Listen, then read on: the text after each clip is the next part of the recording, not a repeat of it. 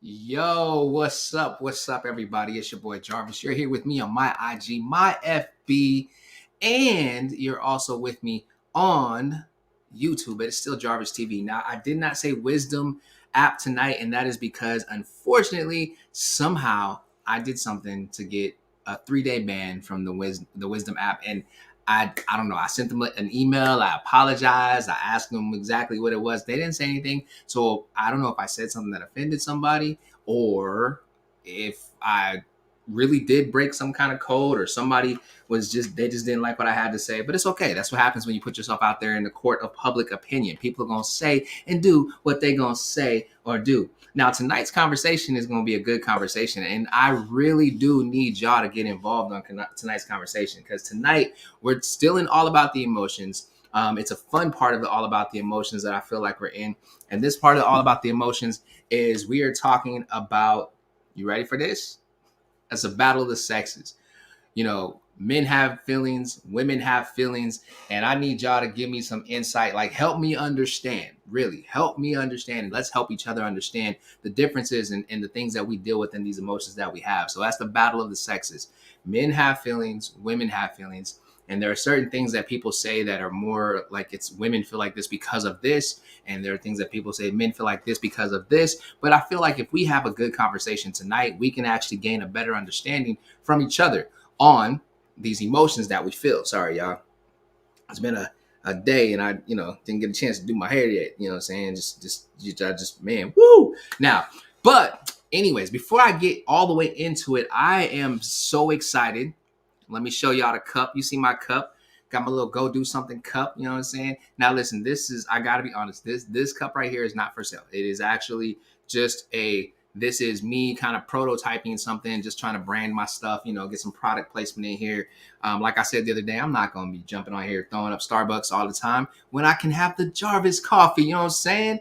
Restaurants, coffee shops have named coffees after me. If you live in the Savannah area, there was a shop called Hill of Beans, and they had a actual coffee that they called the Jarvis because I would go in there and order it all the time.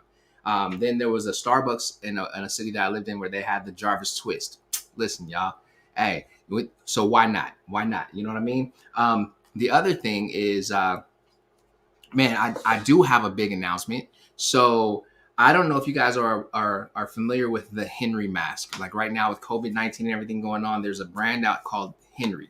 It's the Henry mask, and I am happy to announce that your boy is officially partnering with the Henry mask. You see it, right? You see it. You see it. You got like now. This particular mask, the Go Do Something mask, is going to be on sale on the jarvishenderson.com, but you can also get masks from henrymask.com. Now, they are a black owned, black operated company. You may have seen some of the NBA players, NFL players rocking their mask on the sidelines. Check it out. Different colors, y'all. You see it. You see it. You see it. I'm excited, man. And I'm very proud of them for putting this together and having the brand the way they have their brand. But two, I'm super excited about the fact that I'm able to partner with them. So going forward, this is going to be the company that's going to do my Go Do Something mask. Part of it is because I've been rocking their mask since I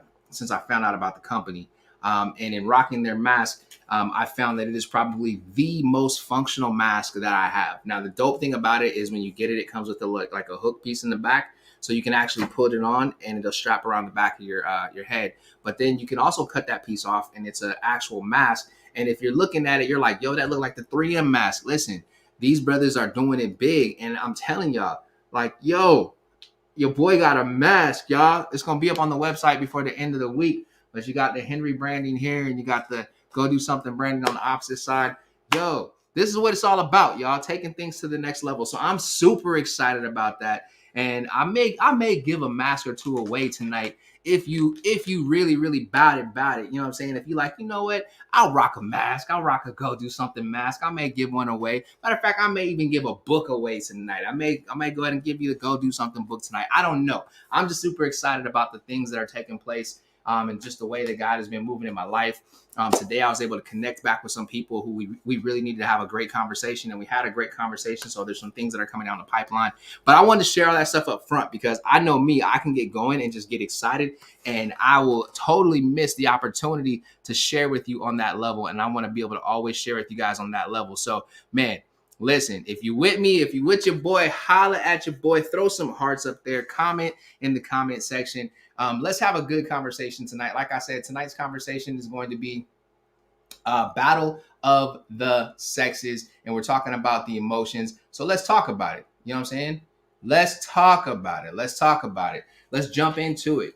Now, some of these things I have questions that I put down. Then you may put some questions in the comment section that you want to ask. Feel free to put that in. If you want to join, you can definitely join the conversation. If you're on IG and you want to join in the conversation, all you got to do is hit that little camera button, and then hitting that little camera button, it'll allow you to join the conversation. If you're over on Facebook or YouTube, then what you'll want to do, I just went ahead and inserted the link for you to jump up and join me live. You can join me live by jumping in that link, or you can go ahead and just put your questions and everything into the comment section, and I'll read your question and we'll try to answer it.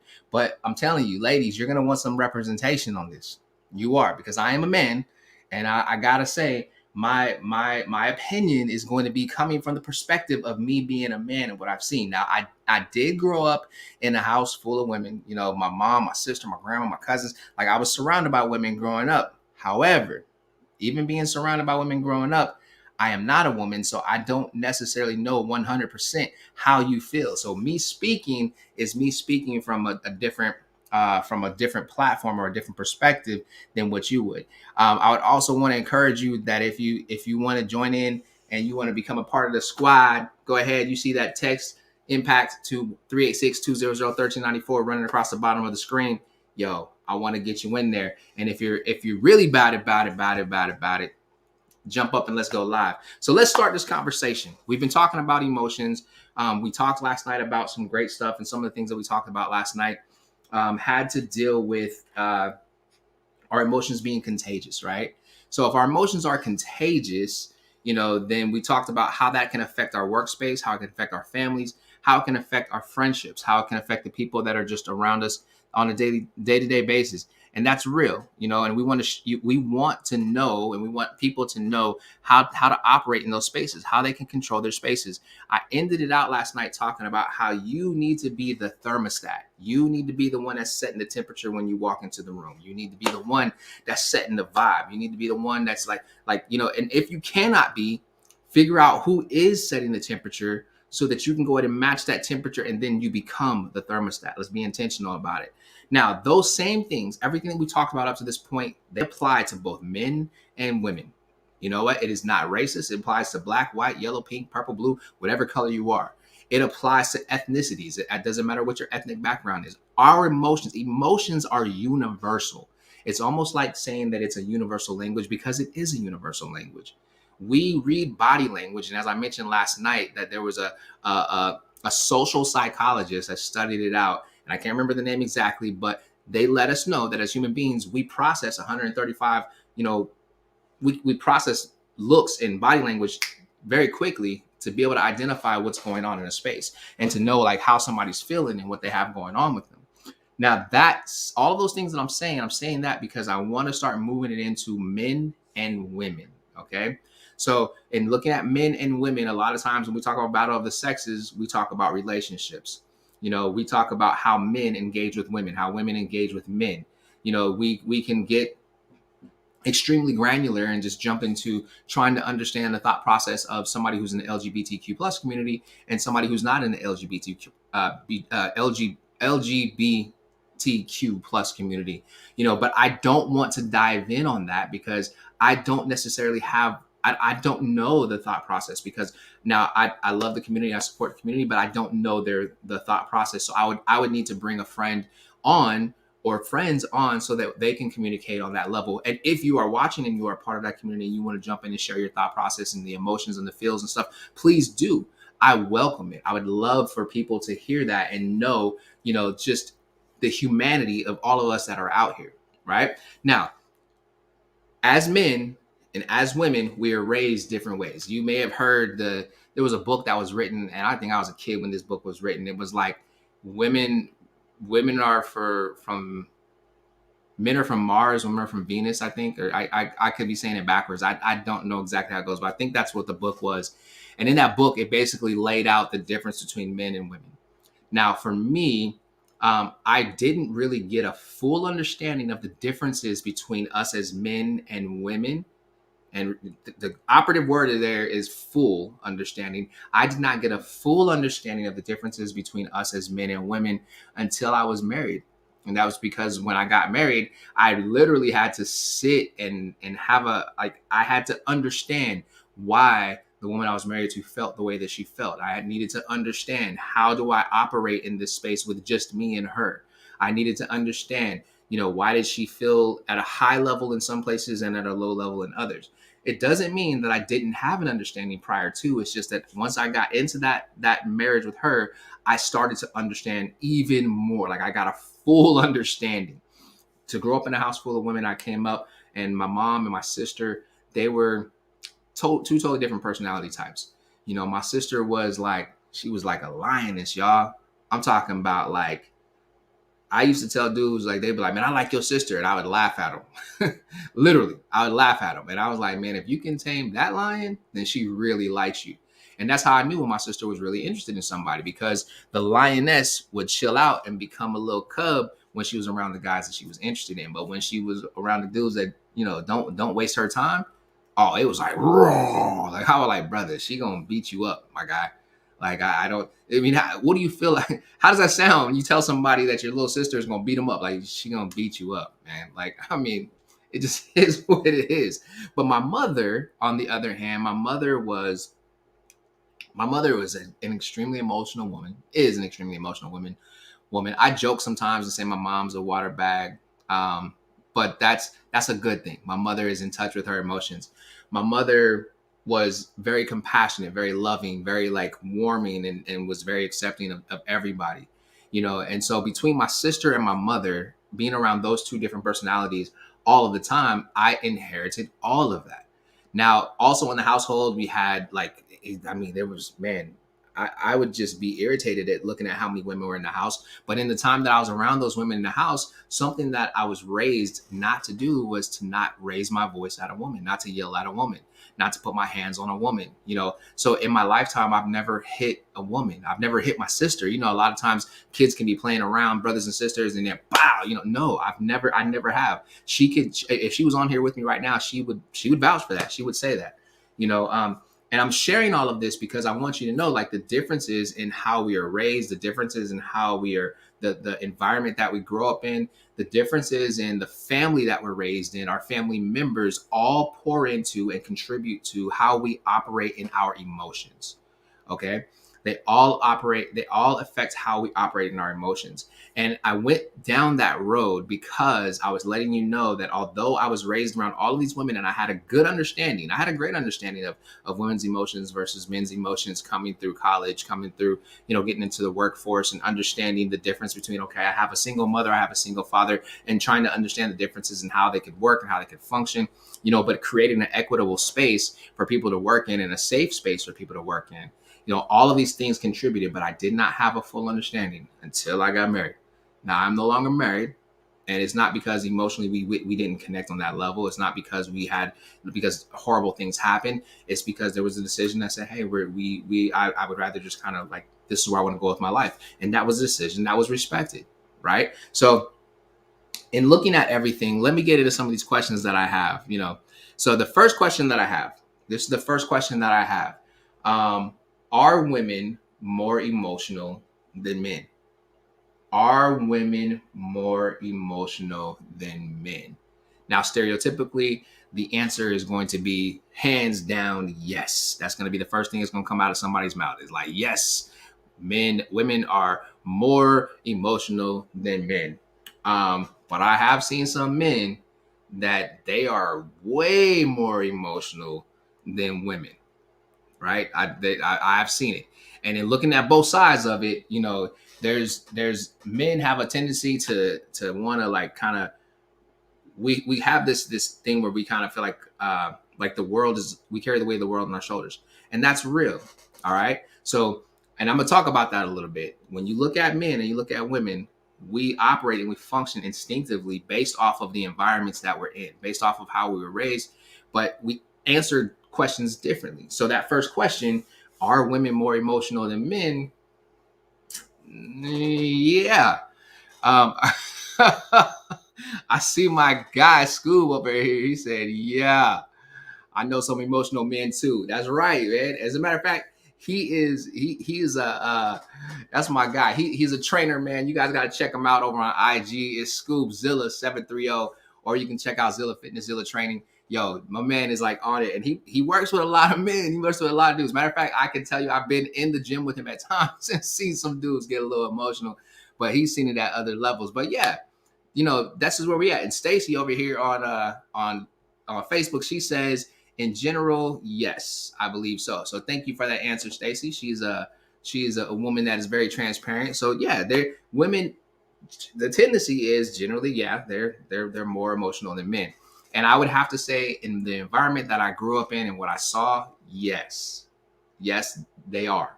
That's what I would say. All right. Now, studies have shown, and they've gone on and on and on. They say more so because of our hormones and the differences in our hormones. That's what would cause women to be more emotional than men. The levels of estrogen versus the levels of testosterone. But what does that say for that dude who just like, he's so emotional? It's like you. It's like, what are you doing here? And I don't know, ladies. You tell me. Do you want the emotional guy, or do you want the guy who has a balance in his emotions, who can handle his business, and then still, when things are tough, trust you enough to come to you and be a little vulnerable with you, to show his vulnerability, to say, man, I'm just kind of dealing with some things. Does that count for you to be able to tap into his emotions? Now, I'm gonna leave that out there for you, ladies. You got to be the ones to tap in and let us know. I don't know. That's something that you'll have to tell us. And when one of you ladies tap in and tell us, then I'll let everybody else know. My second question is this. Who cries more, men or women? That's a that's a good question. Who cries more, men or women? So when I search this out, right, because I'm trying to bring you guys some stuff that is not just me just talking. It's not just me just throwing this stuff out here. It's actually me coming through with a little bit of like other insight from other sources. So I searched out some sociologists, I searched out some psychologists, social psychologists, read a little bit of what they had to say, watched a couple of their videos, and every single one of them said yes. Stereotypically, yes, women cry more than men. That does not mean that men don't cry. We have our moments. Things will hit us. Things will touch us. And remember, a few episodes back, I talked about the difference between, what happens to us, like us carrying these emotions and what triggers us to cry and why we cry. I talked about that a little bit. As a matter of fact, I think I even went so far as to talk about the stress levels and how you get to a place where you just can't handle the pressure of what's happening, and it's okay. And that's what causes us to cry. But yeah, so stereotypically, so here we go. On average, yes, this is what I found. Now, partially because of our hormonal differences, again, and you're probably going to hear me say that a couple times about a few things, but the hormonal differences, women are more likely to show emotion through tears. And ladies, listen to this. This is important because you want to work on your mental health. You're also more likely to have suicidal thoughts. And that is based off of a study that was done by the U.S. Department of Health and Human Services. So these are some good questions. So, I mean, ladies, I can only speak for the fellas, you know what I mean? And there's not a wrong and there's not a right answer. You may agree and you may disagree, but you got to be the ones to speak up to let us know when we're tapping into you and like getting away from us. One of the things that I try to do whenever I'm in a conversation is I try to sit and listen to receive and not to rebuttal. There's nothing worse than sitting there talking to somebody who wants to rebuttal everything that you say. I can say something to somebody. I can say, man, this coffee is good. No, it's not good. Now they want to come at me talking crazy. Who wants to carry a conversation with that person? Who wants to carry on a conversation with somebody who's a know-it-all? So if we're sitting there, we're saying, ladies, share with us, then definitely share with us because we're listening, and that just helps the conversation go much better. Here's another question that I have. Who's most likely to get what they want while keeping the peace, men or women? And let me explain this one a little bit. When I say who's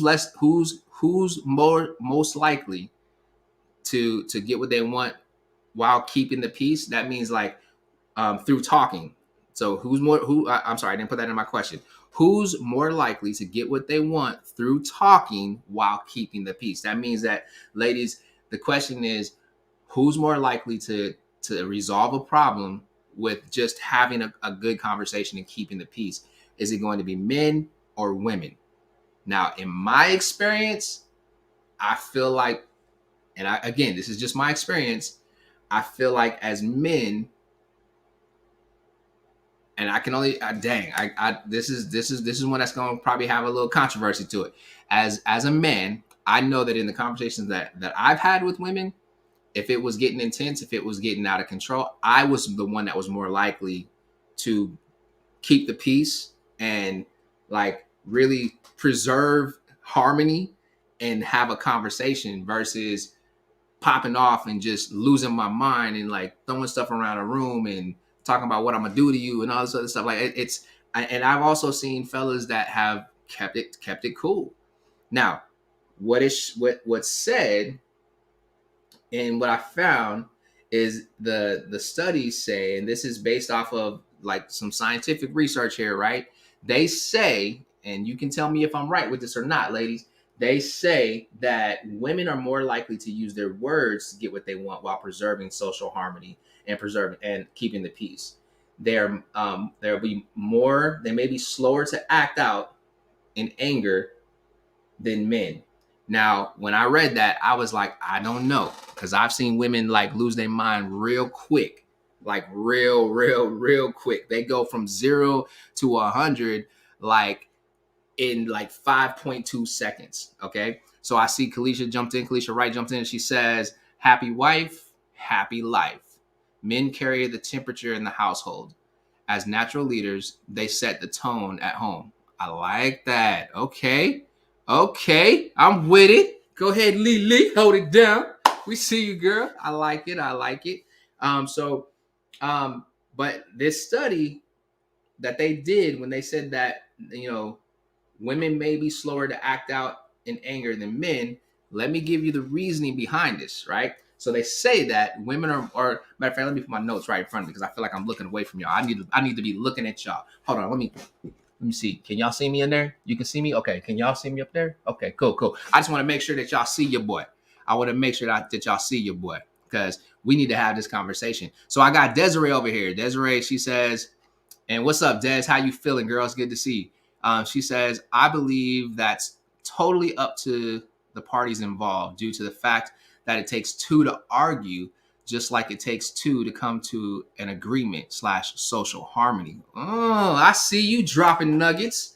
And then over here on, it looks like I got Bree over here on YouTube. What up, Bree? Bree says, I think men are more likely to keep the peace because we women get loud and angry when we feel that we aren't being heard. Preach, girl. You better preach it. I gotta agree with Bree on this one because I've seen it happen. Let's see. I got Stacy in here. So Stacy says, she says that sounds accurate to me. Women are constantly thinking 2 steps ahead and calculating the variables. Interesting. So this study, based off of everything that everybody's saying, and I want to kind of comment on some of the things that are being said. So with everything that's saying, like there's things I hear and I'm like, yo, I can agree with that. I'm leaning with that, and I'll say, for ladies, okay, so I agree with you, Bree, because I have seen women just lose it really quick. And I've had that conversation with friends, family members that are women, and even enemies that are women. And I'll call them frenemies. I don't have really any enemies. I don't got nobody, at least I don't think so, that's out here trying to get your boy. But in these conversations, the one thing that I've always told them is, I've asked them to think through, like, okay, did they really have to go from 0 to 38 in 5.2 seconds? Like, did you really have to take it there as quickly as you took it there? Because usually the conversations I'm having with them is after they've gotten heated and they need somebody to talk to bring them down. And it's more of a reaction as opposed to I'm responding to what's going on. And I think that when we take the time to really, like Stacey said, think through it, and she said that women generally take the time to, let me make sure I say it right, to think two steps ahead and calculate the variables. So when she's saying that, I have seen women that have taken that time, but I've also seen more women that they're triggered and they react a lot faster. They don't respond. So my question to that now is for those people who are saying, hey, yeah, women do kind of, they lose it real quick. Why are women reacting instead of responding? What contributes to a woman reacting instead of responding? You know, and is it social media? Is it what they watch on TV? Is it their social groups? Is it their text groups? Is it their friend circle? Like, what, ladies, you have to be the one to tell me on that end. Now, to go back, I will say this: I have seen men who lose it real quick, and I'm like, bro, what is wrong with you? Like, why? You just went from 0 to 100. Forget 0 to 38. You went 0 to 100 without even breathing. What's your problem? I've seen it. I've seen people like they have this alpha complex where they just don't want to be told nothing, and they barking at everybody. I tell those fellas, man, listen, a barking dog don't bite. I just want you to know that. The dogs that I run from are not the ones that's barking. The ones that's barking, I'm like, oh, okay. What's up, good fella? You know, you put your hand out, they'll come up to you, they'll sniff you. They may even back up and run away from you. And I'm gonna tell you a true story, man. Yo, what's up, Darren, my guy? What's happening with you? So, true story. So I'm walking my neighbor's dog, and as I'm walking my neighbor's dog, this dog is like just barking at everybody, rah, rah, rah, like I mean, just barking. I'm talking to one of the neighbors, and as the neighbor is walking closer to me, my neighbor's dog goes from standing in front of me, literally, to backing up between my legs, and then sitting down behind me and just barking from behind me, proving my point that a barking dog won't bite. Barking dogs are really barking because they're going to put noise out there. And what does that mean for us as human beings? The person who's doing all that yelling and they're not going to do anything until they're like put in a situation where they feel like the eyes are on them and they got to back up now everything that they've been saying, they've been putting out there. So with Stacy going back in, she says, I think misplaced expectation is a trigger for many debates. That's good. That is good, because I did ask that question. What is it that is, that would trigger a woman to pop off and go to the next level and like go from 0 to 38? And so that's good. Misplaced expectations is a trigger for many debates. And I will say this to everybody who's on here, who's listening, who's watching, whether you're watching live or you watching the replay. I want you to hear this and hear this closely. A lot of times the reason why we get upset, we get angry, our feelings get hurt, we feel disappointed is because we have failed expectations, but we didn't let the other person know what our expectations were. Follow me. We get upset, we're angry, we're mad because we have failed expectations. They're our expectations of other people, but we haven't really let them know what that expectation is. So they're failing something that they didn't even know that they were facing to fail, right? So just something to think about. Let me go in here over here to, and man, I'm sorry, y'all. I don't even know if let me go ahead and make sure that I'm putting your comments up here so people can see it, because I want you to see. And Desiree over here laughing at me. She must be laughing at the dog story that I told just a moment ago. So I get back into Bree. So Bree, she says, for me, it's a slow build to that point. Okay. I'll attempt to rationally talk about any issue, but when I feel like a man is ignoring what I'm trying to convey to him, I get angry because I feel that I'm, let me make sure I read the rest of it. I feel that I'm, being dismissed. Okay, that's good. That's good. So fellas, listen, just based off of what we heard from these women, find out what the expectations are and don't let a woman feel like she's dismissed. Please don't let this woman feel like she's dismissed. I want to go back to Desiree's comment over here on IG, and I want to go ahead and I'm gonna pin that because that was a great comment. So with Desiree's comment, she says, "I believe that it's totally up to the two parties involved, due to the fact that it takes two to argue, just like it takes two to come to an agreement / social harmony." So one thing that I've always done is when I'm in a situation, if I feel like a conversation is heated or I feel like somebody's going to the next level, is I try to stay even keel. I try to make sure that I stay in like a very good space, and staying in a good space meaning like I try to stay calm. I try to tell myself, okay, receive what's being said. And the reason why I do that, there's a great Negro poet, speaking of which, we are in Black History Month, right? We're in Black History Month. And this great Negro poet said something to the effect of, um, when they see two people arguing from a distance, they don't know who the fool is. I believe it was this guy named Jay-Z. He might have said that. You may know him as Sean Carter. I should have quoted it exactly, but basically he said from a distance, from when two people are arguing, both people look like the fool. And I learned that in those relationships, or in situations when there's a heated conversation, if I stay calm, then I can identify whether or not this conversation is worth being had or not.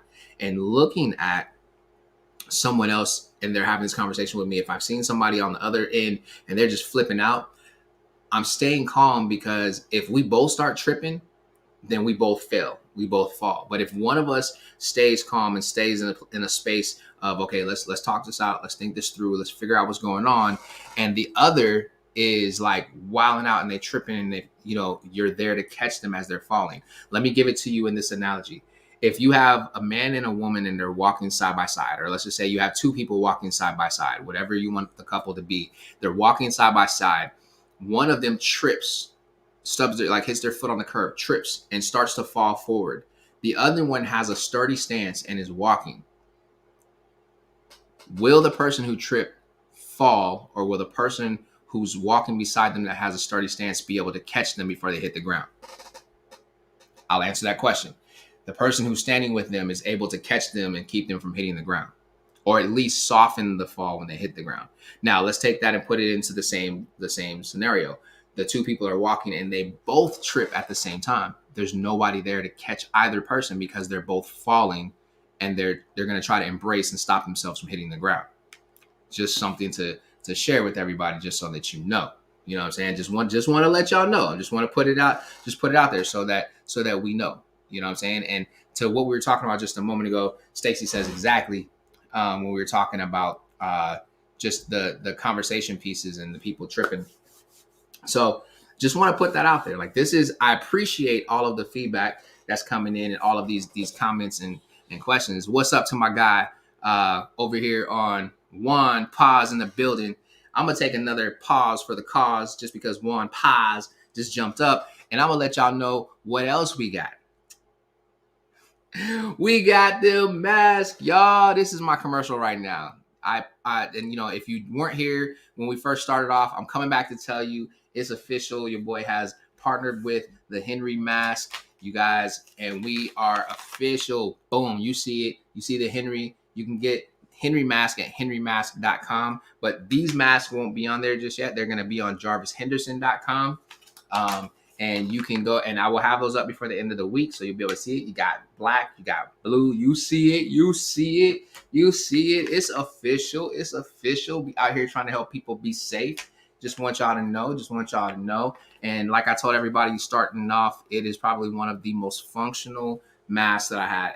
Everywhere that I travel, everywhere that I go, out going to the store, you got it. And I'm probably, like I said, I'm probably gonna go ahead and give one of these masks away. If I don't give it away tonight, then I'll give it away tomorrow night. So you want to make sure you stay tuned in. So let's get back into this conversation and let's move to the next question. So, because these are some good questions, you all. Oh, wait, I didn't finish telling you. So we were talking about, the question was, women. Okay, so the study says that we were talking about who's more likely to keep, to talk things out and keep social harmony, the harmony, the peace in a situation while they're working through a situation. And the studies say women, but from what we were just talking about, it's in general, it's the man who's been, who stays calm. And I can speak from my perspective because I'm a man and I'm a person who stays even keel, and I've seen other men do the same thing. And it's kind of like you see this woman wilding out and you're looking at this dude like, man, I'm sorry, bruh. Like, I'm so sorry, man. I'm so it's just kind of like where it's at. So what the study says, though, is it says that women are more likely to use words to get what they want while preserving social harmony. They may be slower to act out in anger than men because they're orbital frontal cortex. That's right up here. The brain's emotional control center, or it's like up here. I'm using brain. I don't know exactly where it's at. I'm not a doctor. Is relatively larger than their amygdala, like their medulla oblongata. You know, you've seen Rush Hour, and he was like, "Shoot me the medulla oblongata." No, that was Money Talks. But on Rush Hour, he talks about the medulla oblongata. Oblongata. Yeah, there. That's the medulla oblongata is where anger comes from. You know, so this is based off of a study in the cerebral cortex. So it's studies say this, but just because a study says this doesn't mean that it's true. Somebody tell me. Just because a study says it doesn't mean that it's true. Yeah, you tell me. Yes or no. Doesn't mean that it's true. Based off of what we were talking about, based off of everything that everybody said, nah, it's not true. Because we, like we said, we pointed out situations where women have like went from 0 to 38 really quickly. But then I also said that I've seen fellas go from 0 to 38 very quickly. I will say this: a lot of times men will, their anger will pop very fast when it comes to dealing with other men. That's what I will say, and that's more of a pride thing as opposed to being based off of uh, based off of just a like an emotional thing. It's like, oh, you tapped into my pride, you know, and it's not like it, that causes a reaction because now it's like, let me put on for everybody who's watching, you know. Now if that same dude will have that same reaction when it's just the two fellas in there and no audience, then you know it's real. But whenever there's an audience, it's just putting on a show for the audience. I'm gonna be honest with you, it's putting on a show for the audience. So let's go to my next question. All right. Huh uh So, who's more likely to deal with or suffer from anxiety, men or women? Who's more likely to deal with or suffer from anxiety, men or women? So, I'm gonna give you my answer, what I believe, and this is something that I saw before I even got into to studying this. Is these are things that I've already believed.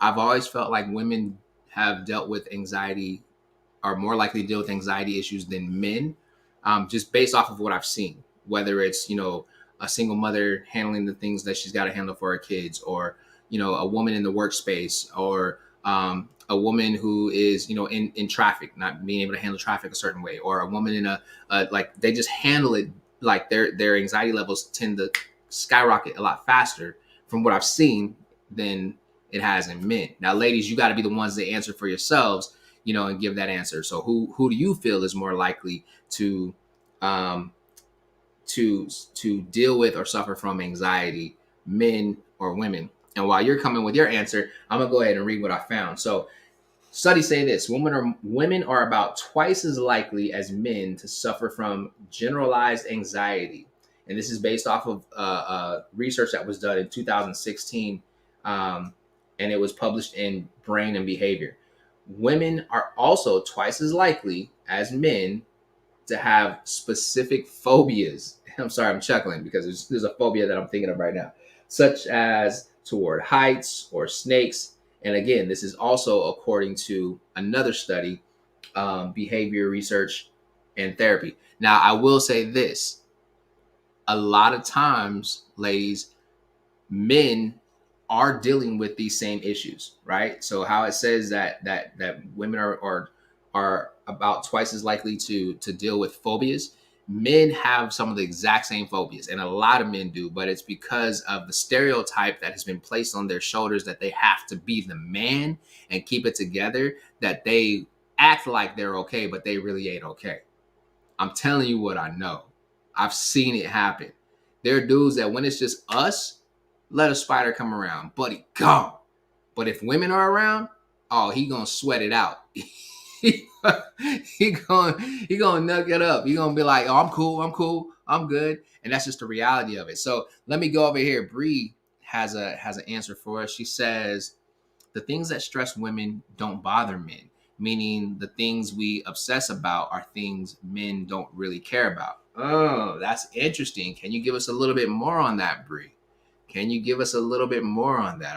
I like that, and I want to go a little bit deeper. Tell us more about that, you know, because I can see what you're saying. Like there's certain things that when I'm around certain women, or when I'm around women, period, that they may react to that I won't react to. But again, I don't see it the same way that they see it. It doesn't affect me the same way that it would affect them. So I can see that. But I just want to get more on your perspective on that, because that's a good one. That's a real good one. And while you're doing that, I'm gonna look and see. Uh, I have my next question, and these are things again that I put in. But that's, yeah, Bree, give us a little bit more on that. I like that. The things that women stress on, and fellas, feel free to chime in, because the ladies are giving all the answers. Do you feel like that is a accurate statement that Bree put in there, that that women, the things that stress women don't bother us as men? Because I will say from my perspective, um, I will say this from my perspective, it's not that the things that a woman stresses on doesn't bother me. I would say that it's the things that a woman stresses on, it bothers me, but I'm really thinking through a process on how to handle it, if that makes sense. So it's not necessarily that it doesn't bother me. I just, and I guess that's a very true statement, because I'm not stressed out about it. I'm not going to stress on it. It's bothering me, but I'm trying to figure out how do we fix it.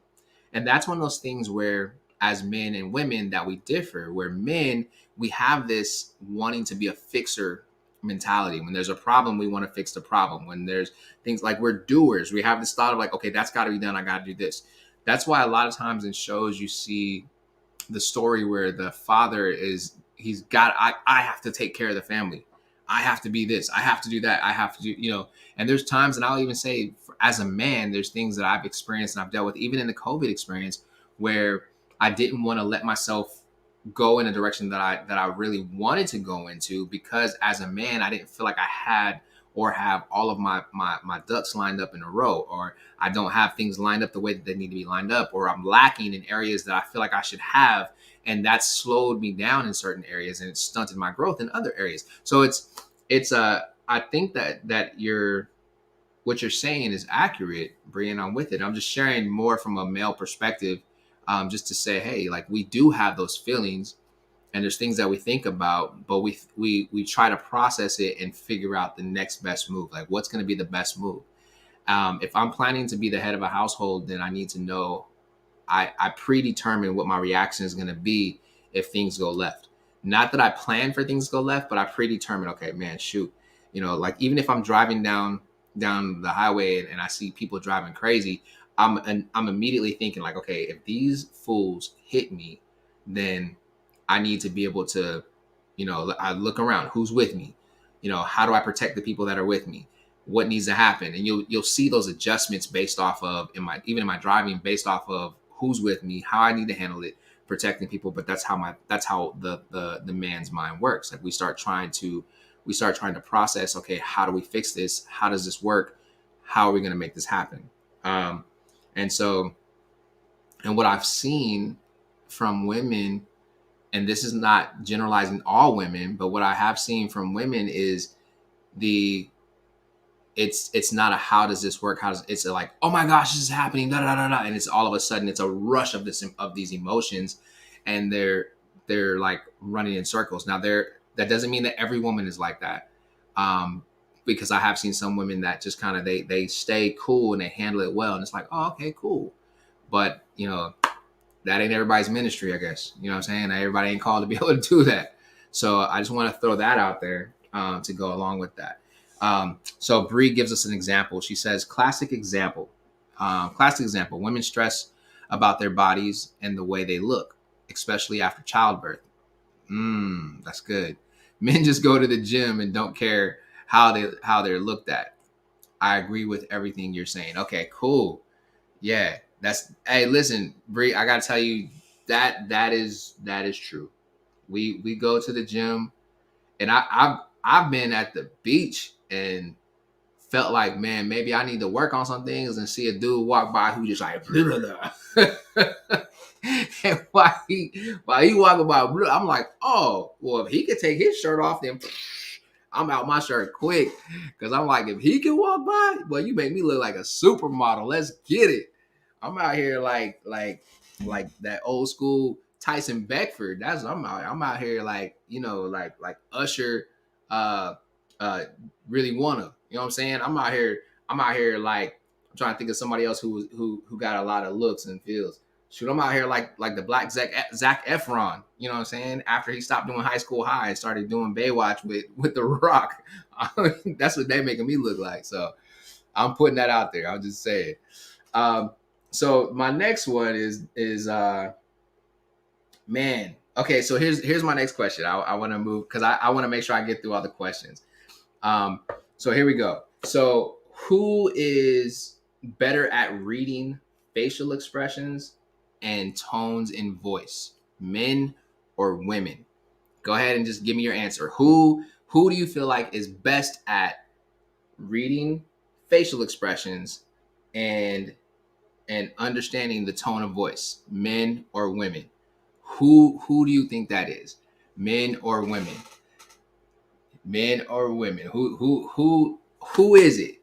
Who is better at reading facial expressions? Who is better at understanding somebody's tone when they're talking? Men or women?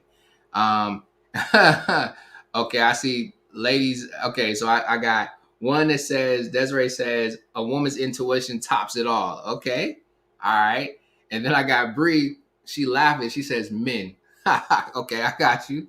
Okay, cool. All right, so let's see what I found out. Let's see what I found out. Now, I found this study that was done at the University of Montreal, and if my man Jason Kente was on tonight, he would tell us that he is from the country above us that loves us. My guy Jason, he's in Canada. He's from Canada. That's my dude, man. Great guy. But I'm gonna read this. But University of Montreal, they say that women are better than men at reading facial expressions and tone of voice, which may help with fostering relationships. And they're saying that women are better at fostering relationships. Women pick up subtle signs of sadness 90% of the time. And this is what the study says. Whereas men pick up on such signs 40% of the time. And this is done, and that was a study that was noted by Luann Brizendine. So that's very interesting. If you're basing it on noticing subtle signs of sadness, then I would say yes. I would have to agree and say that yes, women are better at tapping into that, because men have a tendency to, if they do notice it, worry about how to address it, whether it's another man or their woman, because they may feel like the person is sad and dealing with sadness because of them. And so it's the fear of like, man, if I did something to harm them or hurt them, I now have to deal with trying to fix this, and I don't know how to fix it if I don't know what I did to hurt them. So I would agree with it on that end. I would also say that I agree with it because there is a nurturing side to women, that women have, which is that it goes into that intuition that Desiree was talking about, that women have, that men, we have it, but we have to tap into it to be able to operate in it. And so that's very important. We have it, we just have to tap into it to be able to operate in it. There is a nurturing side to us, and that nurturing side, you see it a lot when it comes down to a father and his children, whether it's his son or his daughter. You'll see it more with his daughter, because stereotypically, the way that things have been over the course of history, they got to put on this hard exterior for their sons. But I've always encouraged my friends, my fellas, my brothers to not be afraid, to not be afraid to show that nurturing and that love, to their sons. Not be afraid to cry in front of their sons. Not be afraid to hug and hold their sons, because their sons need to know that they can be embraced by another man, and it's okay.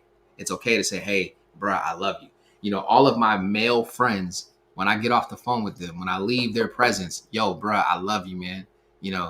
Holla at you later," because I need them to know it's genuine.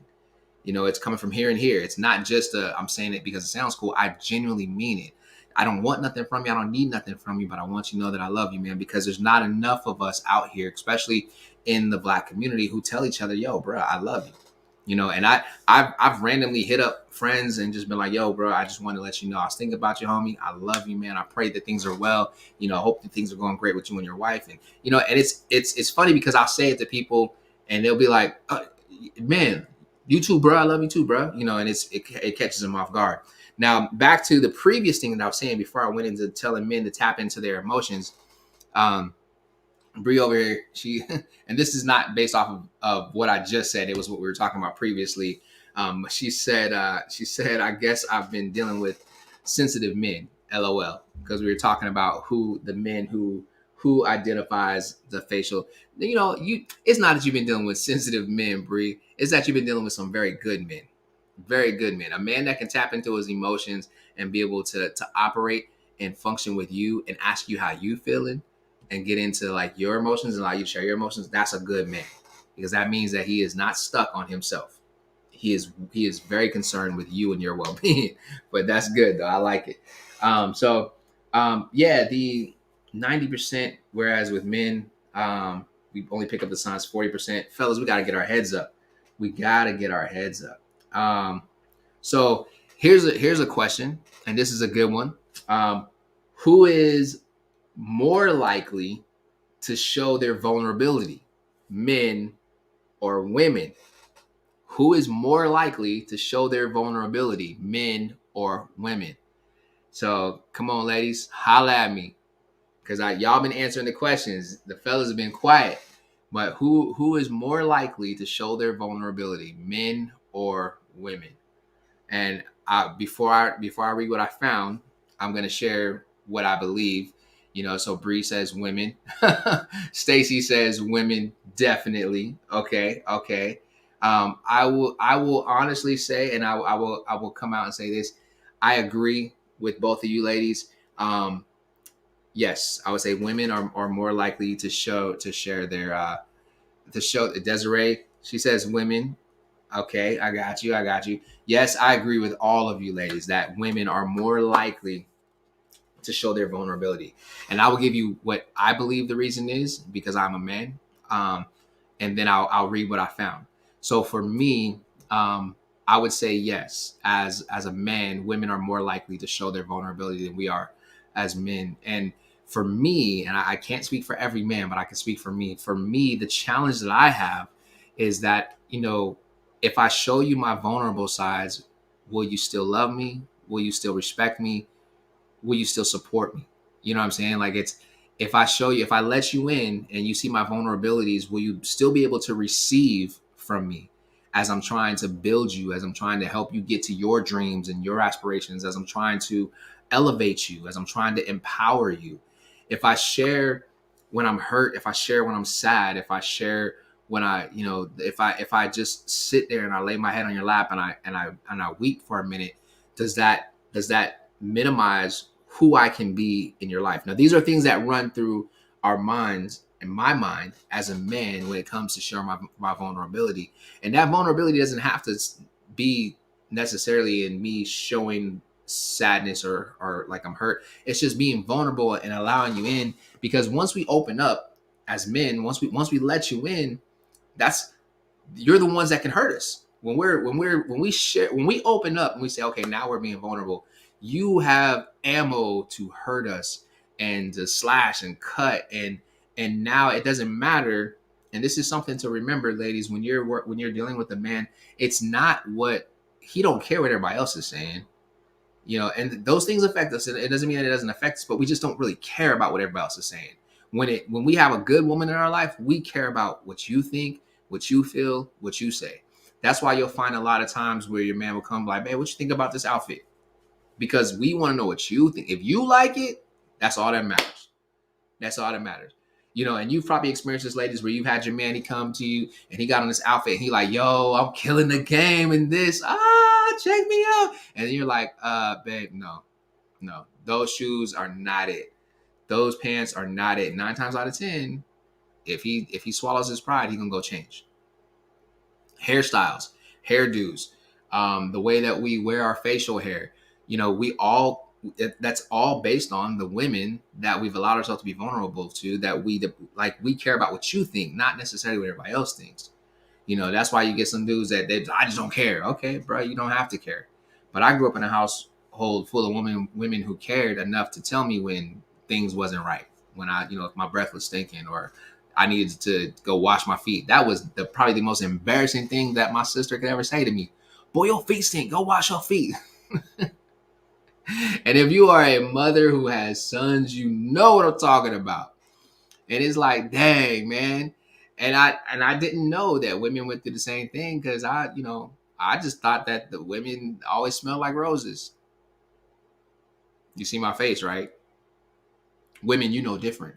You don't always smell like roses. Some of you be like, yo, no, when I poop, it smell like roses. No, it don't. I'm just saying. But to go back in and start talking, let me quit playing around. To go back in and start talking about this, Bree says vulnerability makes us attractive to men because men need something to protect. I like that. I like that. I like that. It is. I will say instinctively, men are the hunter gatherers, the protectors. Instinctively, um, and instinctively, women are the nurturers, providers, as far as like the love piece, instinctively. But we all have the ability to do so. So in my study, what I found is that men are less likely than women to express vulnerability, in part because of social norms. And those are all the things that I was just talking about, the social norms that are out there. Oh, and Jalissa over here on thank you for tapping in, Jay. She says women are more likely to be vulnerable. So, but let me read this. In part because of social norms. This is one reason only a third of mental health outpatient visits are by men. And this is based off of something that was done by the American Psychological Association. Men are about 4 times as likely as women to die from suicide. Now, this is crazy, you all. This is absolutely crazy when you look at the two.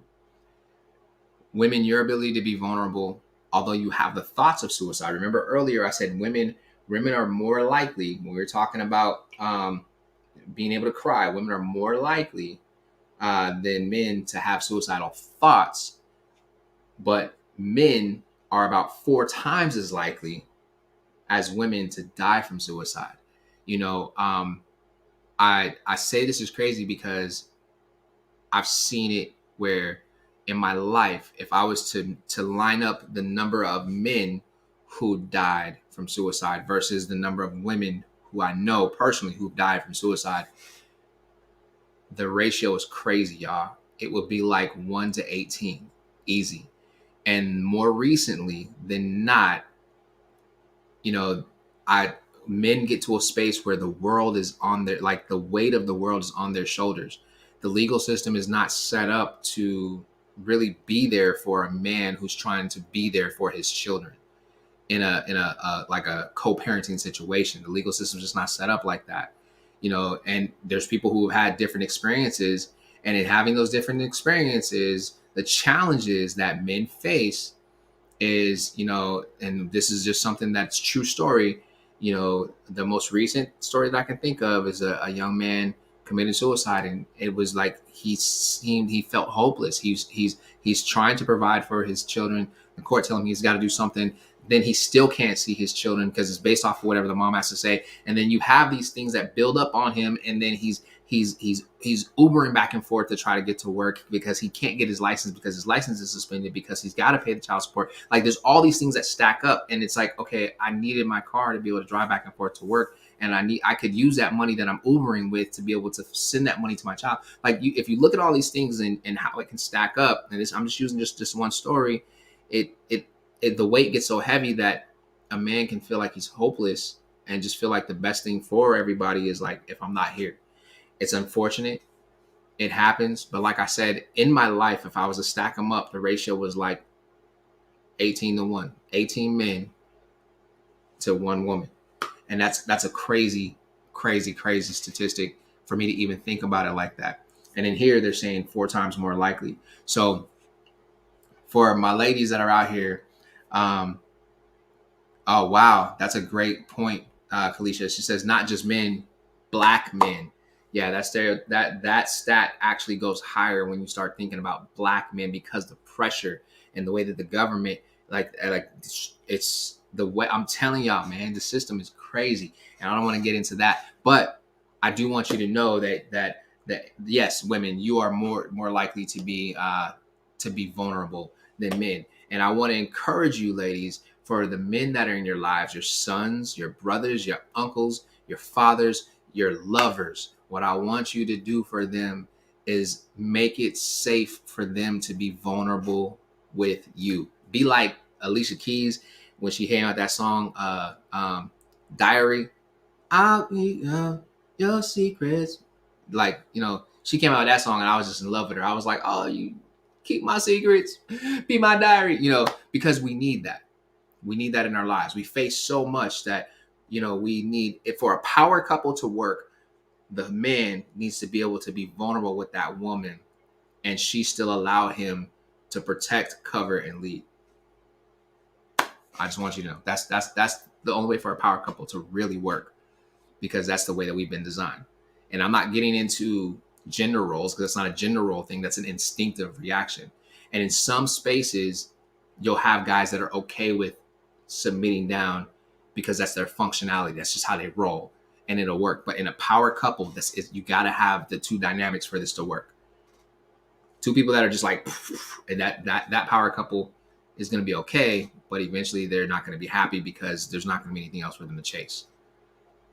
The power couple where you have the two dynamics is in that power couple, those two dynamics are going to continue to draw them closer together. So I just thought I would share that.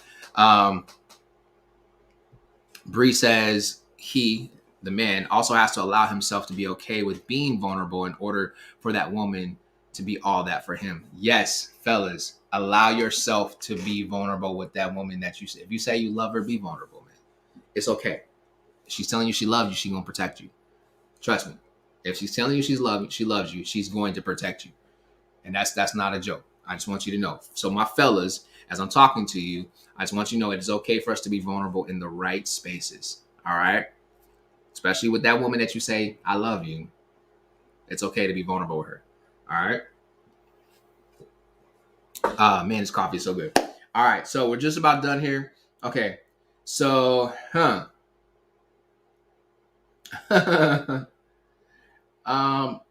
who is more likely to show aggression? Men or women? Okay, but before I ask you to answer that question, Stacy says we can't move forward and build if he's not willing to be vulnerable. Fellas, the ladies are giving y'all hints tonight, golden nuggets. They telling y'all this is what we need. Hey, that's why I said battle of the sexes. We can't move forward and build if he's not willing to be vulnerable. That's good, Stu. That's good. I accept that. So here's my next question: who shows more aggression? In tense situations, men or women? I will say aggression in tense situations. That to me is a toss up. But if I'm looking at the pride piece, then I'm gonna have to say men. Yeah, I'm gonna have to say men. And in what I found, it says this, because there's a bunch of studies out there. They said that the link between, testosterone and aggression is huge. And more likely than not, because testosterone activates our brain's emotion center in the amygdala, while men and women feel the same amount of intensity of anger. And this is where I was going with that intensity of anger. Men are more likely to assault the target of their anger physically. So that means that in a situation where it's a tense situation and guys are getting angry, the man is more likely to lash out in anger than a woman is to lash out in anger. Yeah, so that's interesting. That's interesting. With the fear and anxiety. Okay, so here we go. Let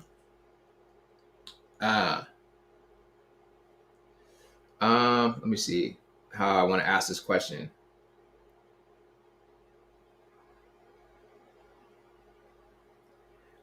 So with who experiences more fear and anxiety? We asked this question already, and we said anxiety. We talked about anxiety on the women's side, but who experiences more fear, men or women? Who experiences more fear, men or women? I will say, just based off of stereotype, I would say women experience more fear because the fear will tap in with the anxiety. And just so everybody knows, remember this: fear is false evidence appearing to be real. That means your brain is telling you something. Matter of fact, fear is not even real. It is your brain telling you something, and you're insane enough to believe what your brain is telling you. But when you look at it as a whole, men are less likely to act out in fear. They may feel it, but they may not act out in it. Now, what I found is this. It says in relationships, in sports, or at work, men display less fear and are primed to fight when their territory is challenged. And this is something that was studied by a neuro psychiatrist, Luan Bridgendine. And they went on to say this: men are driven by thrill even when facing danger. The brain, the brain system associated with self-control doesn't fully mature in men or boys until they're in their 20s. That's crazy. So y'all sons run around here and don't have no self-control until they're in their 20s. But I will say this: the other thing about that is, if you think about movies and why they sent men off to war first, is because men were less likely to, again, we're the fighters, we're the aggressors, we're the hunter gatherers, we're the protectors. And I can also say that I've seen women on the back end, and I call it the mama bear syndrome, where you mess with a woman's kids and it's like it's worse than if you call a man a punk. Like, I don't know what I'm gonna do for you. Matter of fact, there's nothing I can do for you other than tell you to run. You know what I'm saying? You mess with a woman's kids and you around me. Go ahead, go ahead. And she told you to leave her kids. And do something to do something. I want you to. I wish you would do something to a woman's kids when I'm around. Because what I'm gonna do is I'm gonna be like, oh, and then I'm snitching, and then I'm gonna be like, you better run, bruh. Run as fast as you can. It's just the mama bear syndrome. Women have that on the inside of them, and they, it's an instinctive thing. They were doing a study, and it's crazy. I don't know if you guys ever saw this show called. It's a cartoon movie called The Incredibles. Now, if you know me, I love movies. So with The Incredibles, they did a study on The Incredibles, and the thing was, because the whole family was a super family, who was the overall strongest person in the family. They did all these different things, and they broke down how fast the son ran. They broke down all of the different skills that Jack had. They broke down the strength of the father. They broke down Elastigirl, the mom. They broke down every piece of this family. And what they found, studying out through math and science and just our primal reactions, the mom was actually the second strongest person in the entire family.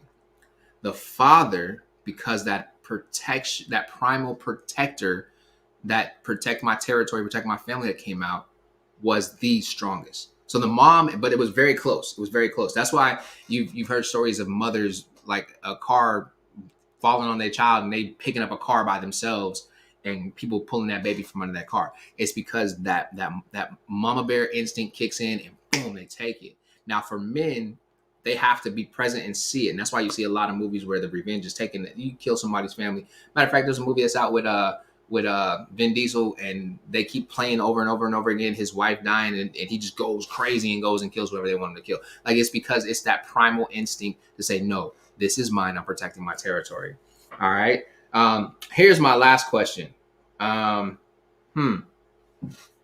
Hmm. Hmm. Hmm. Hmm.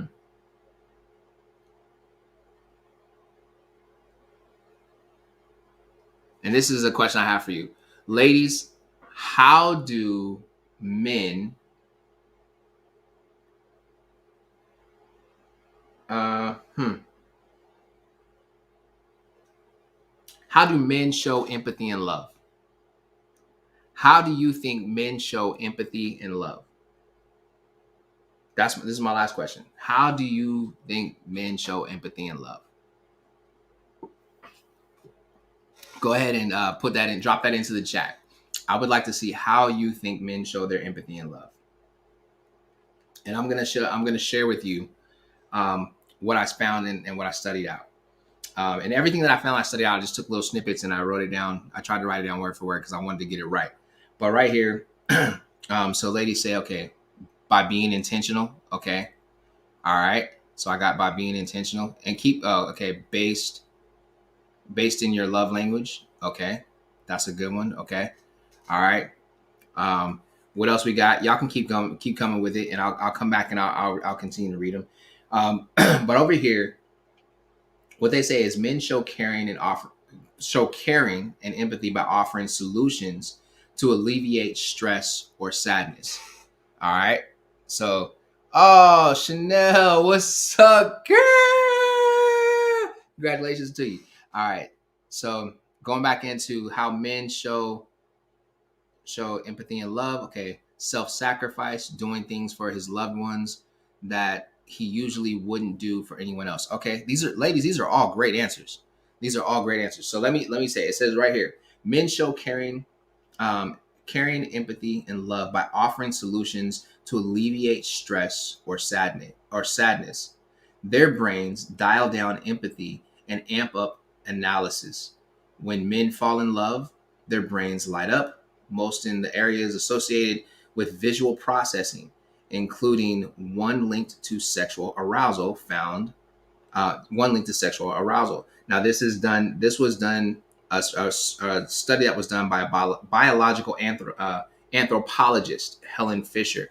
And I will say this. Let me go and read some more of these. Okay, by showing consideration, intentionality, and simply paying attention. Okay, ladies, these are all great answers.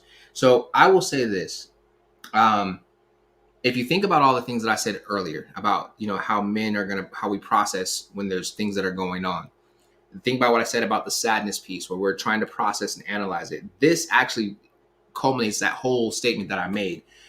Men show caring by offering solutions and alternative to alleviate stress and sadness. Our brains dial down empathy and amp up analysis. When we fall in love, I'm talking about men, our brains light up most in areas associated with visual processing. So, as a man, um, I will say this: we we we love and we love hard. We love so hard that once we start to love at that level, we're afraid of losing that love.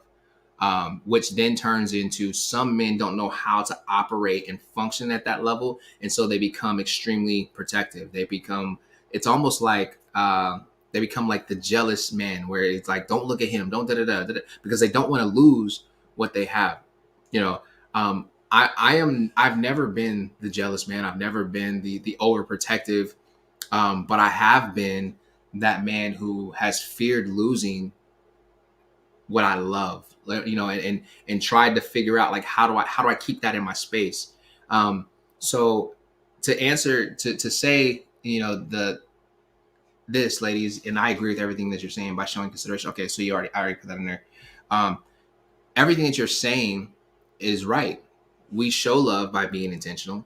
We show love based on our love languages. We show love by self-sacrifice and doing things for our loved ones that we usually wouldn't do for anyone else. We show love by showing consideration, intentionality, and simply paying attention. And we show love, even more as you ladies communicate with us the way that you want us to love you. Because if you don't tell us how you want us to love you, then we're left with whatever we've learned growing up. We're left with the way that our uncles talked to us and told us how women are supposed to be and how you're supposed to be with a woman. We're left with locker room talk, right? We're left with the conversations with the older guys on the school bus when we were in high school. We start formulating our image of how we're supposed to love women based off of the music that we listen to. There's a song out, like, and I don't want to call nobody out, but there's plenty of songs out where men are literally looking at women the way that they look at women because the music that's being played and the videos that are being played. We form our images of what a woman is to us based off of whether or not we're addicted to porn, whether or not we read books, whether whoever we're listening to, that determines how we see women. I am so grateful to this day that my mother demanded respect in the home for every woman that was in the household. I I I can think of in my lifetime 3 times that I can think of right now, off the top of my head, where I actually raised my voice and yelled at a woman. One time was when I was like in ninth grade, and my sister did something and broke something that like she said something crazy, broke something. I ain't gonna go too far in the story, but I was like, and I yelled at her. I was like, what did you do? And I grabbed her, and I remember looking in her eyes, and I looked in her, and she started crying, and I pulled her to me, and I said, I will never yell at you ever again. I will never hurt you, because I wanted my sister to know that I was going to protect her. The next time it happened, I yelled at a woman. I was in college, and it was just something stupid. Like I was like, and I don't even think I was yelling at her. I was yelling like, leave me, like basically it was like, leave me alone. You know what I'm saying? Like it was one of those situations where it was that type of a situation. Um, and then the third time, I don't know that there was a third time, but I thought there was a third time. If it comes up, then I'll bring it up. But I want you to know that I am who I am because of the woman that my mother is, the woman that my grandmother is, and the way that I interacted with my sister in my life. What does that say? It's saying that for you as women, if you have sons, uncles, brothers, cousins, fathers, they will treat other women and they will see their level of respect for women based off of their relationships with you. We build our view and our perspective of how we operate with other women based off of who's the loudest voices in our ears, who's creating the narrative of what women are, what are we being taught about women, and where's that coming from. Again, I go back to the music, I go back to the videos, I go back to the to television, and what are the images that are being posted and being painted where women are concerned. I've always loved to see movies that depicted, especially Black women, as strong and intelligent and business minded and driven and just making it happen.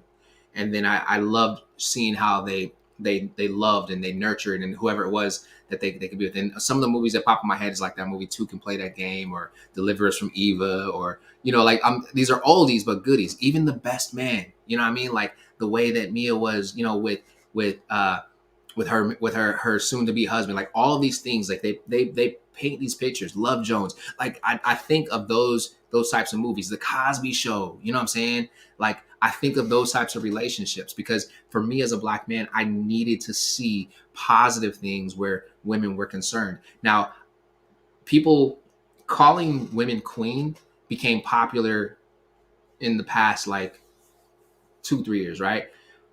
I've been calling the women in my life queens since I was a kid, but it was because I saw their beauty and I saw who they were, and I heard what the world was saying to them, and I didn't want them to believe that about themselves.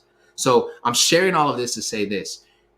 For us as men and women, we both have emotions, we both have feelings, we both deal with these things. Um, Ladies, you play a huge part in how we as men see you. And men, I'm sure that we play a huge part in how women see us. So you can be who your friends tell you that you should be, and who the videos and who the songs tell you that you should be, or the shows that you want to watch, the movies that you like to watch, who they say you should be, or you can be who you're actually called to be and destined to be, and who God calls you to be. We are supposed to be nurturers. If you read through the Bible, y'all, as men, we're supposed to be nurturers. We're supposed to love our children. We're supposed to love our wives. We're supposed to be protectors. We're supposed to be coverings. We're supposed to be those people who will go to God for our family and say, God, this is what we need. That's what we're supposed to be. And the crazy thing about it is a lot of times, hear me say this, and this is where I'm going to wrap it up. How do I say it, Lord? We forget that we are supposed to submit to our wives the same way that it's expected that they submit to us, right? That's in the Bible. Husbands, submit ye also to your wives as they submit unto you. It says that. The other thing is that we forget that when we're talking to our wife, our soon-to-be wife, our we want you to be our wife, but you are boo thing.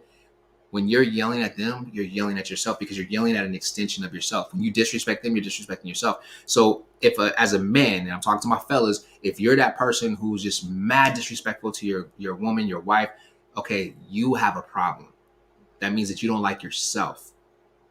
But if you can find a way to love her more than you love yourself, then that's really a sign that you love yourself. All right. And so I'm just going to leave it at that. I ain't the expert, but I know some things. You know what I'm saying?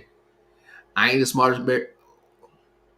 Actually, I'm here alone. I'm the smartest person in this room. So I know what I'm talking about. So, man, this has been good for me. And I'm going to close it out with this. I see Bree. She went in here and she put something in here. She says, my experience has been that men have reached that point and then found themselves afraid of that love. Oh, that's good. They were truly afraid of how they felt for fear of being hurt. So ultimately, I was hurt. Fellas, we've heard it. We've seen it. Just own it. Own up to it. Man. So listen, y'all, this has been a great conversation tonight. We will be back on tomorrow night. Matter of fact, it was so great that I didn't pay attention to the time. And we've been on here for a good minute. So I want to thank you, each and every one of you, for contributing to the conversation and being a part of this conversation. Yo, and like I said, announcing it one more time, you see it partnered with the Henry Mask. Yo, henrymask.com. But you can actually get these. These Go Do Something masks are all going to be available for you on jarvishenderson.com. They will be up and on the site, ready to go by Friday. I got to look at what I have as far as inventory and make sure that, you know, what we have is being put out. Now, I will say this. There are a couple people that are going to be getting some of these in the mail, and you will know because I'll be reaching out to you. And tomorrow, I will be giving some stuff away. So you want to make sure you tune in tomorrow. Hey, this has been a great conversation. This is your boy Jarvis. We like well past our time. This has been good, y'all. Man, this has been good. Good. Yo, make sure that you go to YouTube, like, subscribe, follow, hit the little bell so that you get the alerts because we want to take this to the next level. We definitely want to take this to the next level. Yo, and thank you, Des. Appreciate it, Des. Des in the building. So yo, man, hopefully this has been good to each and every one of you. This has definitely been good to me. Like I said, I am not the expert, but I'm the smartest person in this room. Ain't nobody else here. So I know what I'm talking about. Matter of fact, just to get us out of here on a good note, let's see. I was trying to think of a joke that I could tell you guys to get y'all out of here so you can go out of here on a high note. How do you know God likes coffee? That's my joke for you. How do you know God likes coffee? Because he brews. Hey, I don't care if you didn't think it was funny. You laughing at me because I'm laughing at my own joke. So that's your boy Jarvis, man. I love y'all. I love y'all. I will be back on here tomorrow night. We're going to have a great conversation. I'll holler at you later, man. Peace out and have a good night. Hey, and just so you know, man, y'all want to go jarvishenderson.com. Check out Impact Rally. There is a rebroadcast that's coming up on February 19th. 10 a.m. You don't want to miss it, man. It was life changing. I'll holler at y'all later. Good night.